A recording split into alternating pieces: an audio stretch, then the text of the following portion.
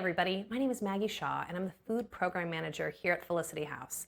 Today we're going to learn how to make a pumpkin spice latte at home.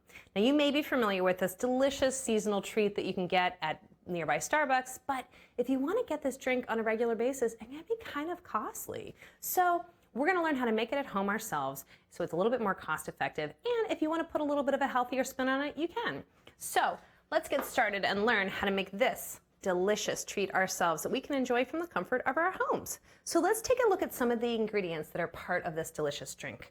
Today, we're going to be using 2 cups of whole milk, 1/2 cup of strong brewed coffee or espresso. We're going to be using 2 tablespoons of granulated sugar, 2 teaspoons of pure vanilla extract, 2 teaspoons of pumpkin spice, and 2 tablespoons of pureed pumpkin. So this actually does have real pumpkin in it.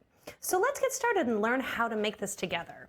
So first, let's pull out our ingredients, and we're going to be adding these to a medium-sized quart cooking pan.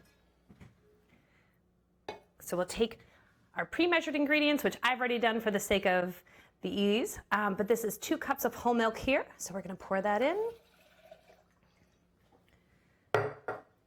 2 tablespoons of the granulated sugar, 2 teaspoons of pure vanilla extract,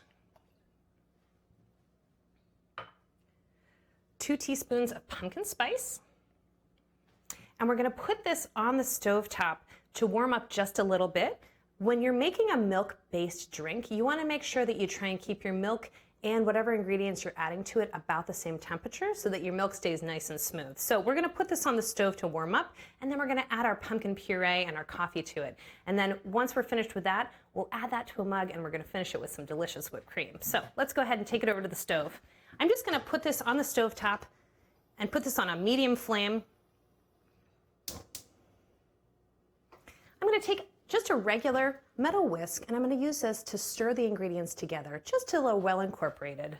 Since we've added sugar to this milk, we want to make sure that that sugar gets dissolved. Otherwise, the milk will have kind of a granular, sandy texture. So we're just going to use our whisk to mix this around just till we notice that that texture is all gone and that our warm milk is a little bit warmed up. So we can give that a little bit of a break, and we'll come back to that in just a minute. So when you're looking for pumpkin puree, if you've never used this before, this is what it might look like at the grocery store. And there's no particular special brand that you need to purchase. So if you'd like to purchase the generic brand, go for it. I got a big container of this because you can also make this wonderful drink in bulk quantities. So whatever we end up using today, if you want to take the recipe and double or triple it, you can make it ahead of time, and that way you can have it ready to enjoy whenever you want to. If you're also not a coffee drinker, you can also omit that ingredient and just add a little bit more milk if you don't want to have the caffeine. If you do like the caffeine, I think this is a great ingredient. This is a pre-made cold brew from Starbucks that I think works really, really well. And that way you just don't have to worry about making the coffee, especially in the morning. Who has the energy for that? When you want to enjoy a delicious drink, obviously you want to have it ready to put in your hand. So let's go check on our milk. All right, everything looks great in here. So I'm going to turn this heat off. Everything's nicely mixed in there. And you can see, we've just got a little bit of bubbling going, and that's great. We don't want the milk to boil or simmer or get too hot. So I'm going to go ahead and now add our 1/2 cup of coffee.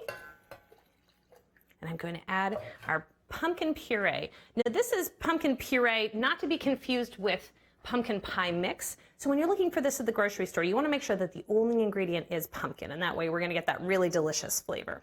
So we'll go ahead and add that.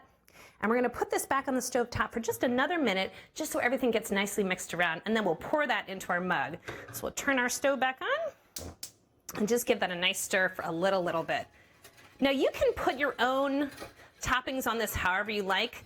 Traditionally, if you get this at a Starbucks, they would top it with whipped cream. If you want to use whipped cream, I think it's delicious. It's wonderful. There's also some really great non-dairy alternatives as well that taste really awesome and also work as nicely as the pre-made dairy kind. So if you're a person that doesn't like dairy, you can use the exact substitutes for all of these ingredients for non-dairy versions of any of the milks mentioned here. So let's go ahead and grab our pumpkin spice mixture off the stovetop here. Oh, doesn't that look delicious? Now, it doesn't have that typical kind of orangey glow that a pumpkin spice latte might have that you get at Starbucks, but that's usually because it has a little bit of coloring and some other artificial ingredients. So what's really neat about this is you know that what's going into your cup is super delicious and of the best quality ingredients. So I'm gonna grab a really big mug here. This is actually 2 servings, but I'm gonna grab this nice big mug and pour this in here so you can see. And it just makes this beautiful, dreamy mixture. So yummy. So let's go ahead and we'll top our mixture off with some of our whipped cream and a little bit of extra pumpkin spice. Now, if you have ever bought pumpkin spice at the store and wondered what the ingredients were, if you want to make it yourself at home, you can. This is a combination of equal parts cinnamon, nutmeg, allspice, cloves, and ginger. So if you want to make your own pumpkin spice mixture that really meets your own needs, you can go for that too. So let's go ahead and put some whipped cream on here to really finish this off and give it a warm, cozy appeal. And we'll put a little extra pumpkin spice on top just for a beautiful garnish.